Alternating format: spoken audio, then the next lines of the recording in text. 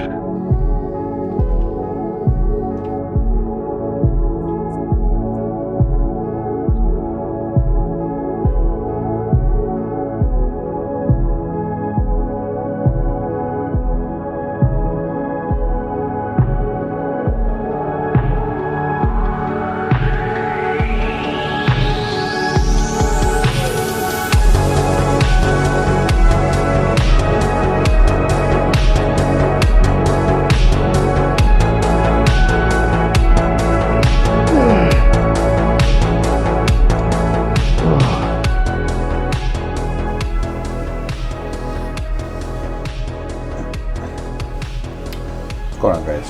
So it is push day. It's also coincidentally November, which is Men's Mental Health Month. And for those of you who do follow me on Instagram, you guys know that even a couple of my last videos here in Punta Cana with my wife for 25 days.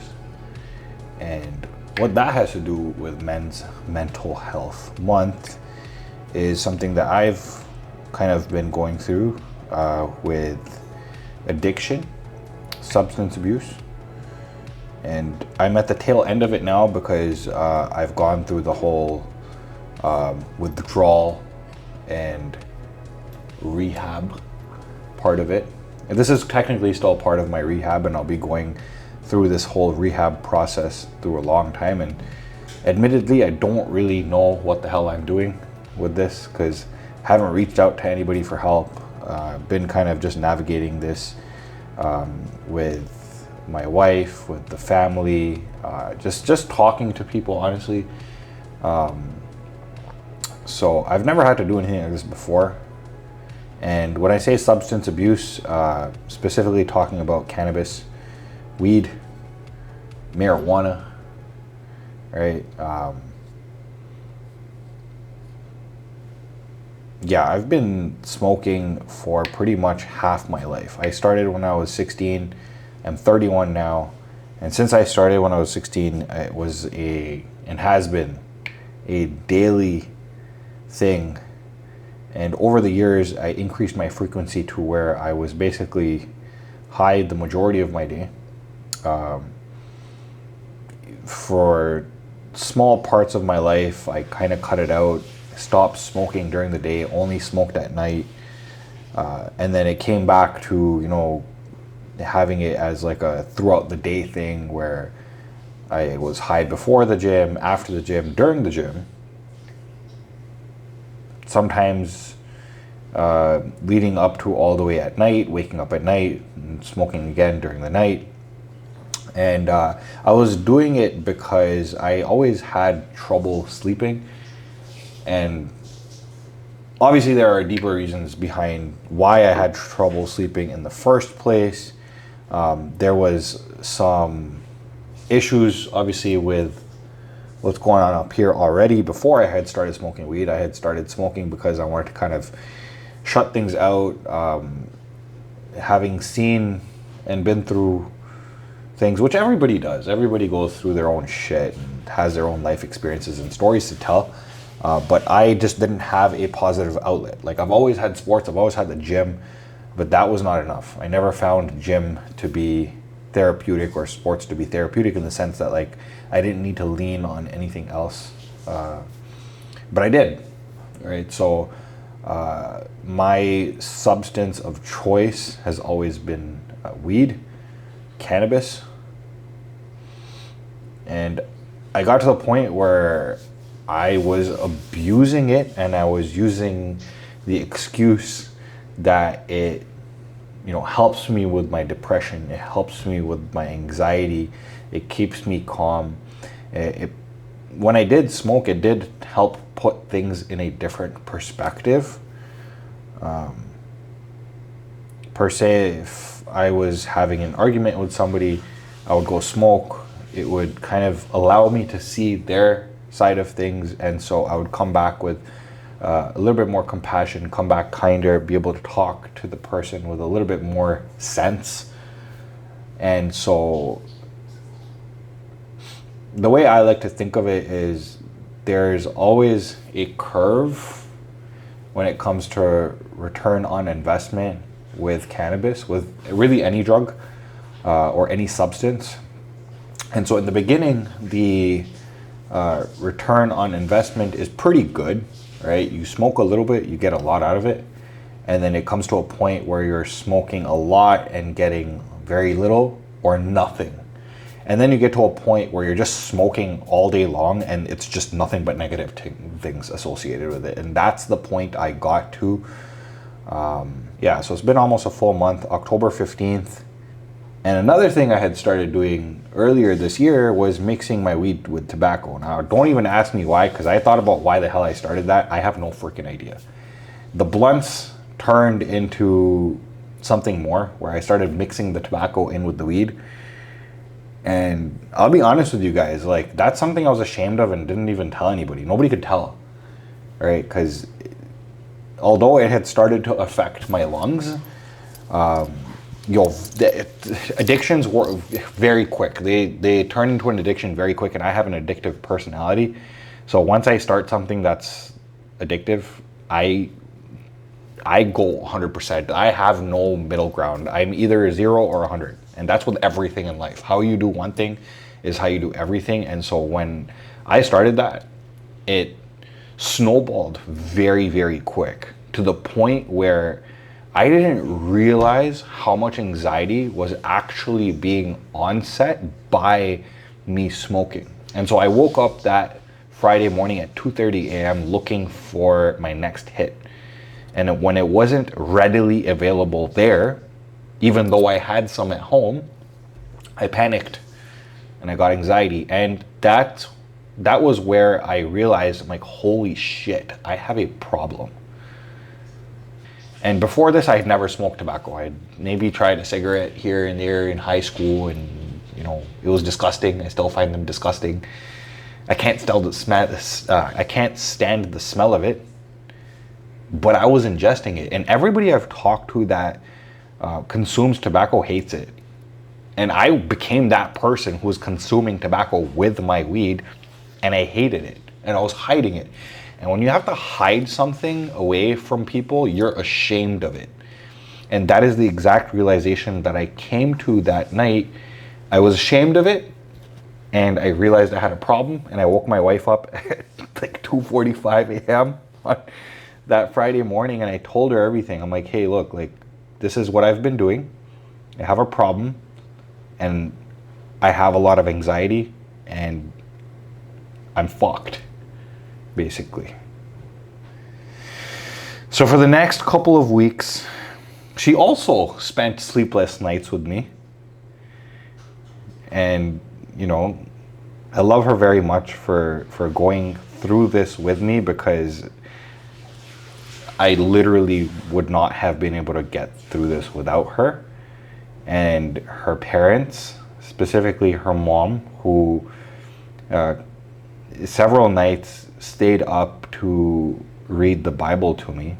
And this is where I kind of was accepting of the fact that if I need to let go of something, I need to bring something into my life. And this is where I started wearing the cross, and I started reading the Bible and started becoming a little bit more intimate with God and the relationship that I had severed with him a very, very long time ago. And this isn't about religion. This isn't about God. This is about me finding something that brought me solitude and brought me peace. That's what it was for me. It doesn't have to be that for anybody else.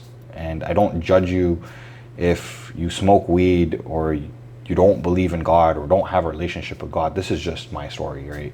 Like, I have lots of friends, and I look up to people who still smoke weed, and there's nothing wrong with it. I just took it a little bit too far, right? And so for my specific situation, I decided that it was best for me to stop, and that was the hardest thing I've ever done in my life. forget about any PRs I've hit in the gym. I was high for most of those anyways. So, you know, if you've ever, like, for the people who used to follow me on my old accounts, like, every single PR I've hit in the last, like, 7 years, 5, 7, 8 years, 9 years, 10 years, yo, I was pretty much high for all of them. I smoked weed before going to the gym. Obviously, it affects your performance, and it's not always negative, but when your return of investment kind of goes down, yeah, there's a negative effect to you smoking weed before the gym, right? So really, that's besides the point. This was the hardest thing I've ever had to do, right? It was rough. Like, I couldn't sleep, I couldn't eat, I couldn't even drink water without getting bouts of anxiety. Like, it was bad. Like, I went from 194 pounds to like 178 pounds in like a week. Like, I was not eating. I could not eat. Like, my stomach, nothing could digest. And physiologically, that's what happens when you are going through withdrawal. Like, I was fucking shaking. Like, I felt like a fucking crackhead, to be honest with you. So I never want to have to go through that again. And I'm only sharing this because I've talked to people who can't seem to stop because it gets really bad. Yo, it's gonna be bad. It's gonna be really, really, really fucking bad. And if you want to change your life and you want to allow the best version of yourself to come out, you have to go through something really fucking horrible, right? So for those of you who are watching this and are afraid of going through something really, really bad, yo, there's something really, really good on the other side, because the person I am now, I am clear-headed. I have more motivation than ever for my personal relationships, my finances, the business that me and my wife both have together. And I want to pursue so many more things now. So that's just my story. Hopefully it inspires somebody to take a step in the right direction. And I'm just trying to keep it real, yo. I'm not trying to like make it look cool that I quit. I'm not trying to boast about what I did. I found that a lot of people do share their stories, and people can kind of, they can connect to it. And so if there's anybody that this connects to, thank you for listening to it.